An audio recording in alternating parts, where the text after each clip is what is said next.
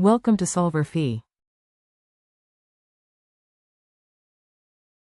All right, on question 78, we're given a bunch of derivative of benzene along with benzene and then asked a number of questions about them. So you're going to want to refer to the table given in the problem.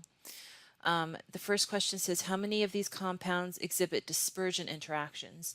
And the answer is all of them. Okay, all molecular compounds are going to experience London dispersion forces, some stronger than others, but they are all going to experience London dispersion forces.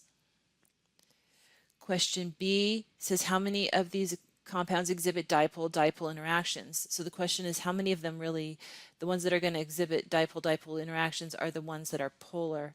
So which of these molecules are polar? And the answer is all of them except benzene. Benzene is a nonpolar molecule. It's all carbons and hydrogens, and it is a symmetric molecule, so any differences in polarities cancel out.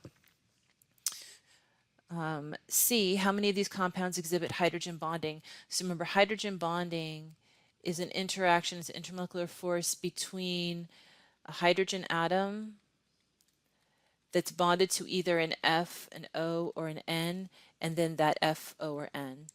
And so the only one of these molecules that has a hydrogen bonded to an F, O, or N is phenol. It has that OH group on it, and that OH group will be able to hydrogen bond because that hydrogen is bonded to the oxygen. Question D says, why is the boiling point of bromobenzene higher than that of chlorobenzene? And the answer is that bromine has a higher molecular, let me try this again. Bromine has a higher really atomic weight, but the whole molecule has a higher molecular weight than the chlorine version of the chlorobenzene. And because it has a higher molecular weight, that means that it's going to be more polarizable.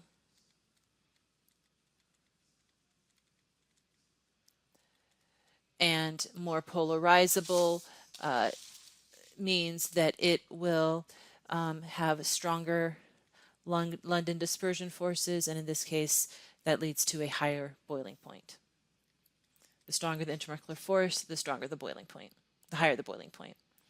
And finally, question E says, why is the boiling point of phenol the highest of all? And that is because phenol, as it was discussed earlier, can hydrogen bond. And hydrogen bonding is the strongest, it's the strongest type of intermolecular force among neutral molecules that can exist. So that hydrogen bonding is going to lead to strong intermolecular forces. Strong intermolecular forces means higher boiling point.